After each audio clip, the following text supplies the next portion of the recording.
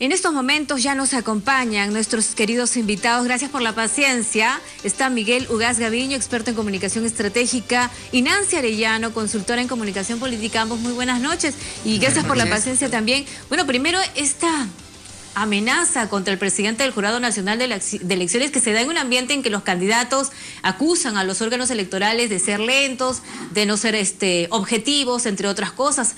Toledo ha llegado a decir que estas elecciones están manchadas. Primero vamos a escuchar, bueno, si nos permites, por favor, Miguel, a Nancy Arellano, ¿no?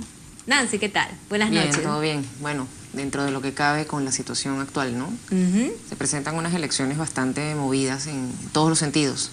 Desde las noticias, las agrupaciones políticas, las candidaturas, las tachas, las manchas, los errores, los dimes y diretes.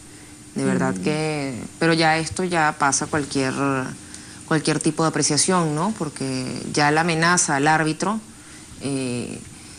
pues mancha completamente la institucionalidad y la búsqueda de coherencia y de sensatez y de probidad en el papel que justamente tiene que cumplir el árbitro en las elecciones.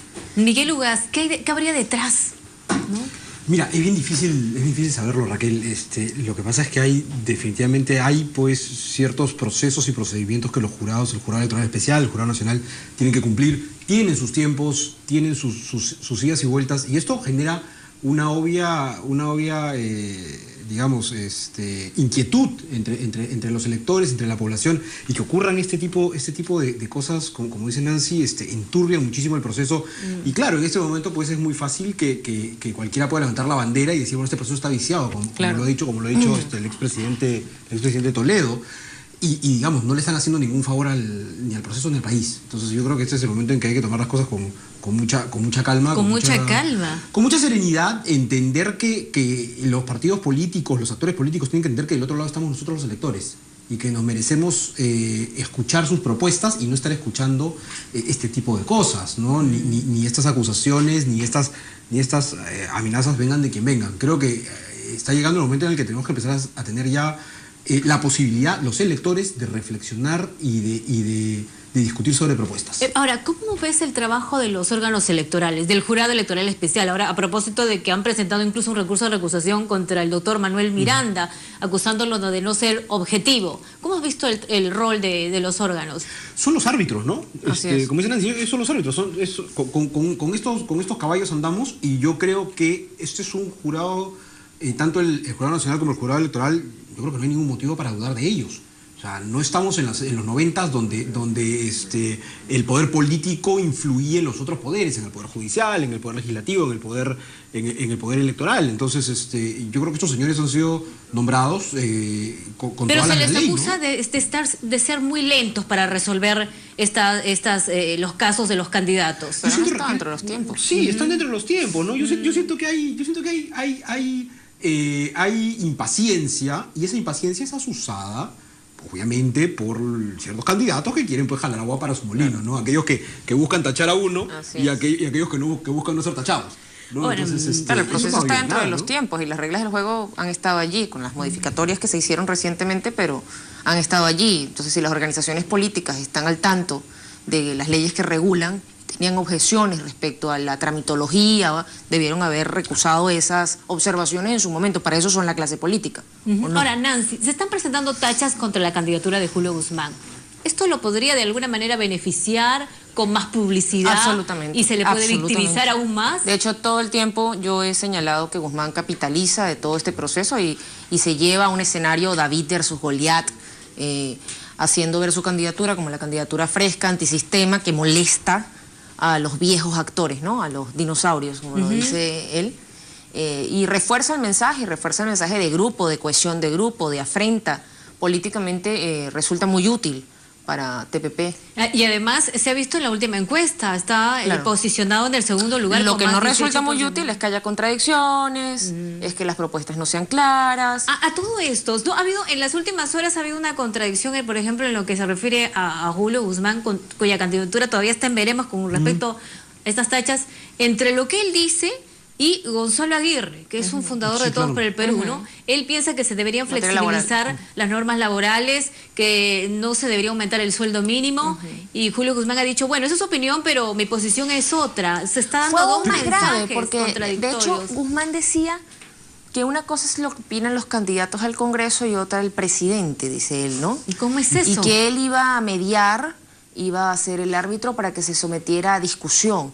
Entonces, eso preocupa mucho porque aquello de las funciones del Ejecutivo, del Legislativo, y es más, las funciones de los partidos políticos dentro de la democracia, con posiciones y proyectos políticos serios, una visión, una tesis política, una visión de país que proponen para ocupar dos poderes, queda en entredicho, queda nuevamente improvisada. No, o sea, y uno hace pensar, bueno, entonces este señor, ¿qué es lo que piensa hacer? ¿Que haya más despidos? ¿Va a aprobar más leyes, promover la ley Pulpín? ¿No? Porque hasta Gilbert Violeta, que es del partido de PPK, ¿no? Sí, hasta le he dicho, bueno, que aclare, pues, ¿no? ¿Cuál es la postura? A ver, estas contradicciones son una muestra de lo organizados que son nuestros partidos políticos. Pues no ocurrió lo mismo con la señora Celia Nicama hace un par de días y Peruanos por el Cambio hablando sobre la unión civil, criticando abiertamente a Bruce y culpándolo. Porque la caída de las encuestas. Claro, las encuestas y tiene que salir el mismo PPK a zanjar una discusión de cosas que deberían de tratarse en la interna y salir todos alineados finalmente, ¿no? Entonces, eso una vez más, yo vengo diciendo hace un tiempo atrás que, bueno, no tenemos partidos políticos, pues tenemos clubes de amigos, ¿no? Clubes de amigos. Y sobre esta pregunta que yo permítame opinar, sobre esta pregunta que le hice a Nancy respecto a si esto aporta o no aporta en Guzmán, todas estas tachas y las tachas, bueno, si lo ayudan. Todo esto lo ha llevado del 5% al 18%. Así es. O sea, yo creo que cuando recién apareció este tema de la primera posibilidad de que no se traiga la fórmula, lo primero que a mí se me vino a la cabeza fue Belaúnde en los 60s, ¿no? El manguerazo, el momento en que le niegan la inscripción, Belaúnde llega a la esquina del Jurado Nacional de Elecciones con su bandera, le tiran un manguerazo y crean un héroe. Dios mío. Entonces, está el gran héroe. ¿Guzmán es un outsider? No. ¿No es? Bueno, en mi opinión no lo es. Alguien que ha estado todo el tiempo propiamente dentro del sistema, dicho, no lo es.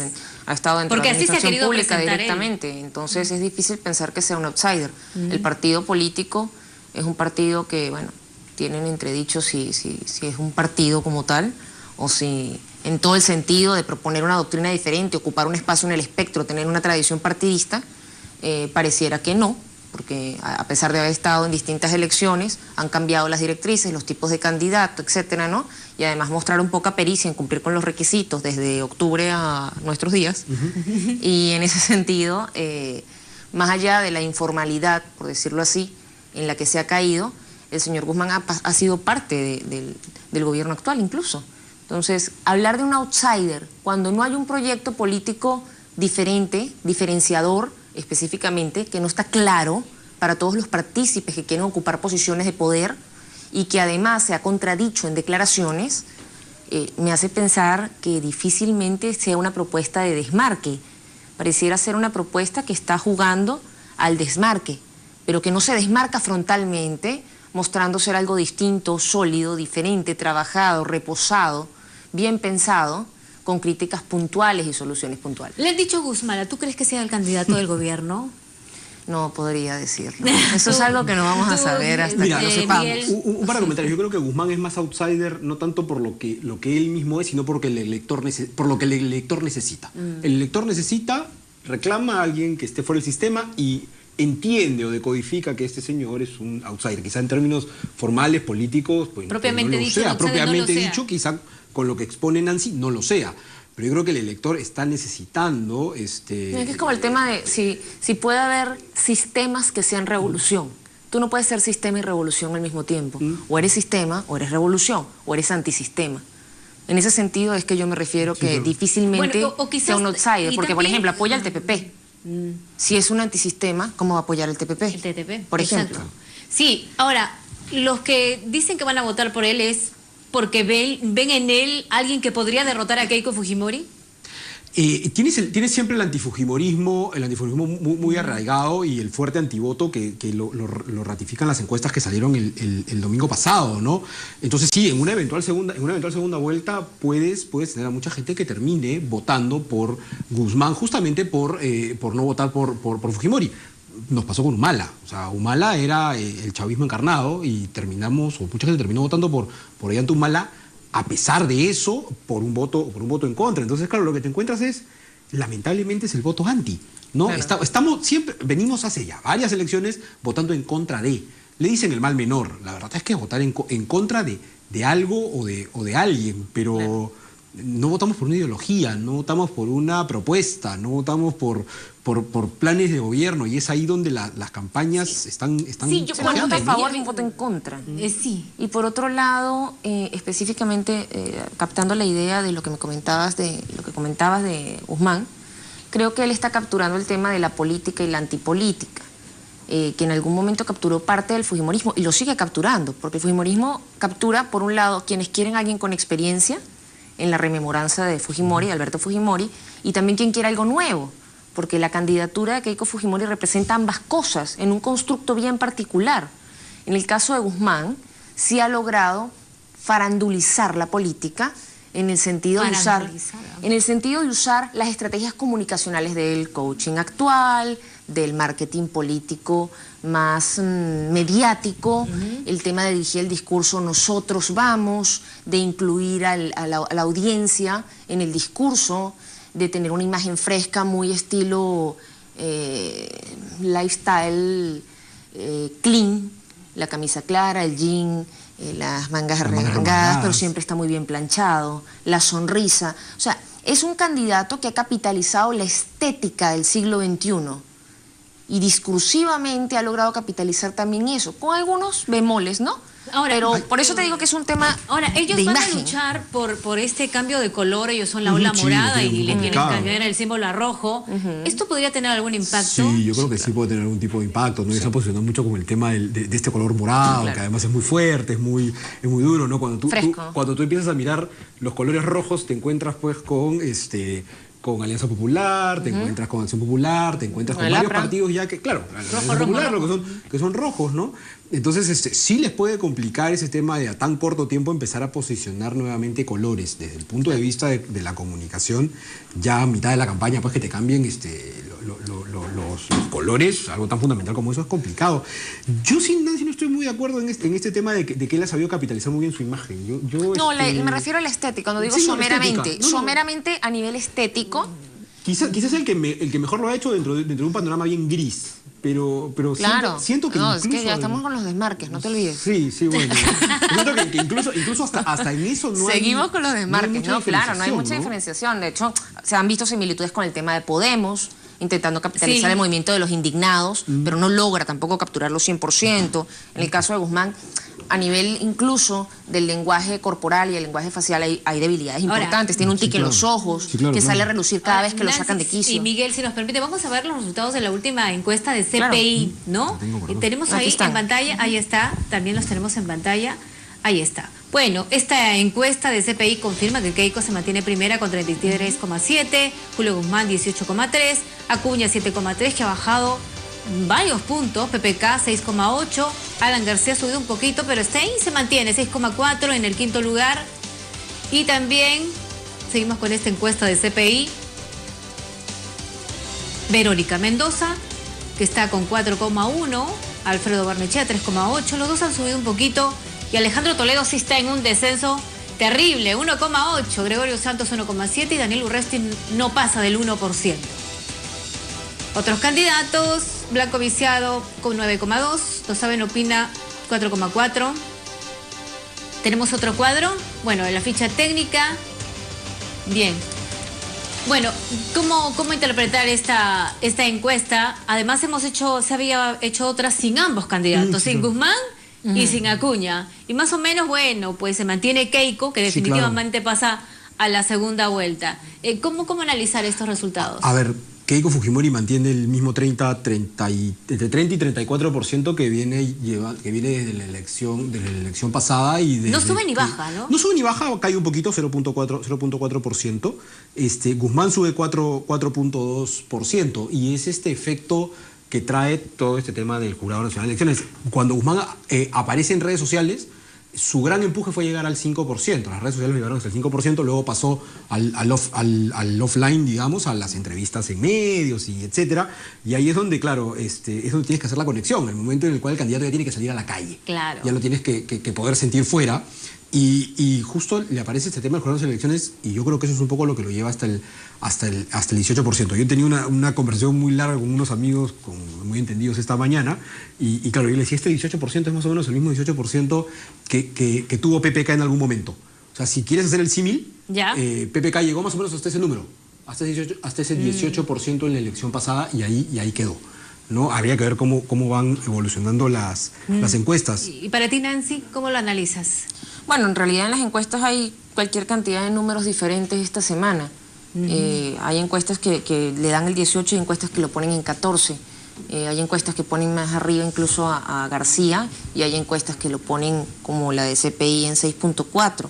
En el caso de PPK 3/4 lo mismo. Creo que la fragmentación que hay y la volatilidad en los números es reflejo de la falta de proyectos políticos sólidos y de la falta de comunicación coherente, adhesión a proyectos políticos en la población. Por lo que tomas las muestras y las muestras vienen a no ser representativas realmente del comportamiento del electorado, porque al no haber una comunicación realmente estable o una avanzada dentro de la comunicación política en las campañas, termina siendo bien fragmentaria, porque donde tocan llegan, pero si no han llegado, si no han tocado, entonces no llegan. Entonces, dependiendo de donde tomes la muestra, encontramos variaciones importantes.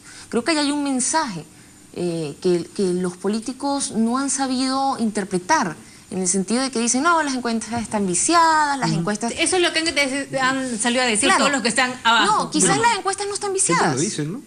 Quizás el problema es que está viciado la lógica de las propias campañas electorales.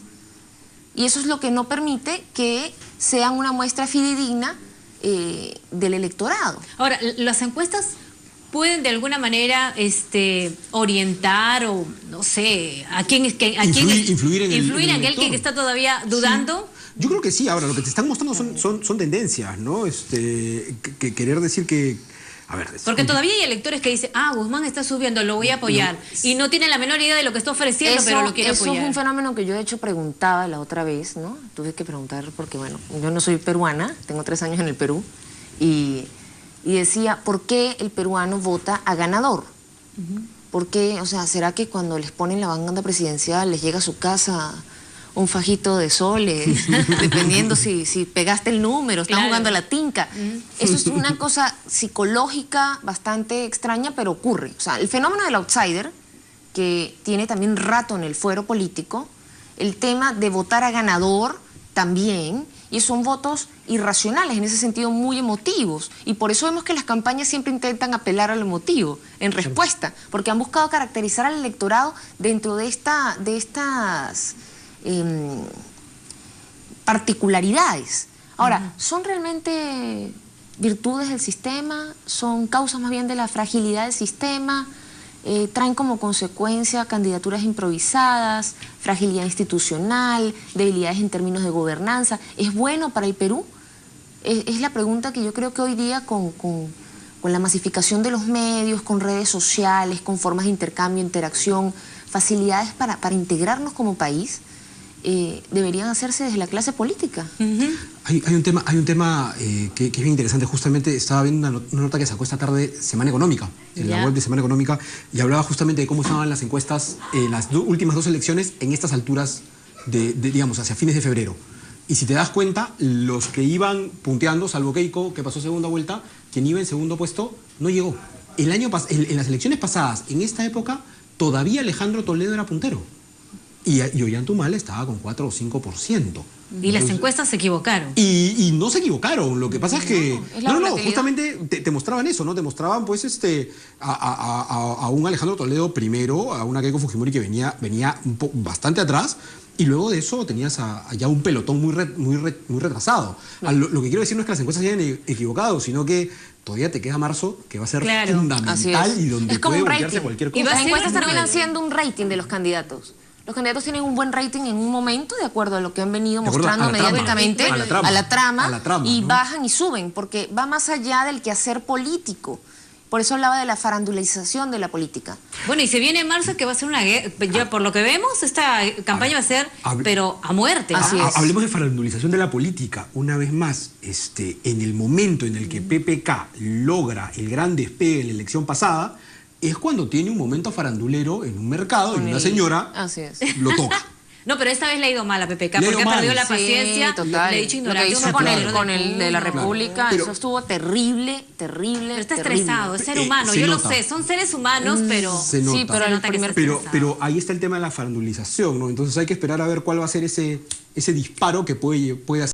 Lamentablemente, permíteme decir, lamentablemente ese disparo no apunta a ser por una gran idea, por una gran propuesta, por una gran ideología, finalmente, es por... Morbo. Claro, por eso hablo de farandulizar. Por eso. ¿No? En Venezuela hay quien le dice la poplítica.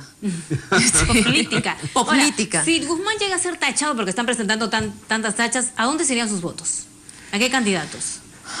Yo creo que ahí se dividen. Sí, creo que se dividen para qué, claro, creo que a los que todavía atienden a asuntos ideológicos, creo que hay una pugna que estaremos por ver entre Barnechea y García por una cuota electoral. Creo que hay una parte de los de Guzmán que, en el caso de que existiese la tacha, podría incluso capitalizar los Keiko, y otra parte PPK. Y creo que va a haber muchos que van a encontrarse pues con Barnechea. De todas maneras. De todas maneras. Para mí el voto de Guzmán es un voto pragmático, el voto por aquello que puede ser nuevo, que puede ser fresco. En ese sentido yo tengo dos ideas. Una, vuelven muchos de esos votos a PPK un poco en la remembranza del PPK, el PPQ y los PPCausas y demás, y los otros se van a esta bocanada de aire fresco que ha aparecido por ahí, a pesar de venir de un partido muy tradicional, que puede ser Barnechea. No, vamos, entre todos los candidatos tienes un tipo que al menos articula 3 ideas seguidas, ¿no? Entonces, eso puede... Eso es la figura del intelectual, la nostalgia de todo tiempo pasado fue mejor. El tiempo se ha acabado. Muchísimas gracias a Miguel Ugaz Gaviño, experto en comunicación estratégica, y a Nancy Arellano, consultora en comunicación política venezolana. ¿Cuánto tiempo ya? 3 años. 3 años. Trabajando aquí en el portal politin.pe. Bien, muchísimas gracias. Bien, a continuación nuestros titulares.